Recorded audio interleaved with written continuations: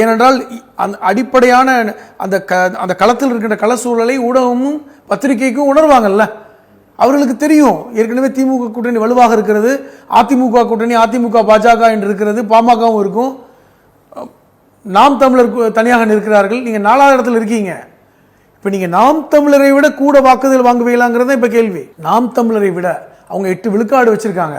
அதை உடைத்து நீங்கள் ஒரு 10 விழுக்காடு வாங்கினீங்கன்னா நீங்கள் ஒரு அடுத்த கட்டத்துக்கு நகர்வுக்கு நீங்கள் போகிறீங்கன்னு அர்த்தம். இதை விஜய் உணரணும். எடுத்தவுடனே முதல்வர் கனவோடு இருந்தால் அவர் 2026க்கு அப்புறம் சினிமாவில் நடிக்க போக வேண்டியதான். இப்போவும் அவர் தான் முதல்வர் வேட்பாளர்.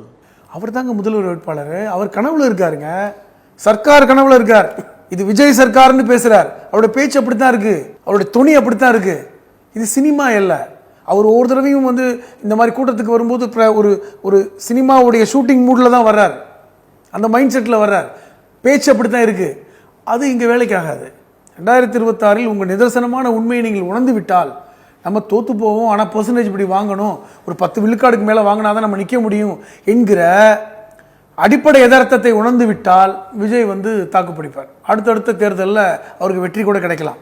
அதை உணராமல் ஆஹா நம்ம தோற்றுவிட்டோமோ என்று தளர்ந்து விட்டால் ஒரு மிக கடினமான ஒரு சூழலை விஜய்க்கு கொடுக்கும். அது அவரை மீண்டும் சினிமாவில் நடிக்க கூட தள்ளக்கூடிய வாய்ப்பையும் உருவாக்கும் என்பதுதான் என்னுடைய கருத்து.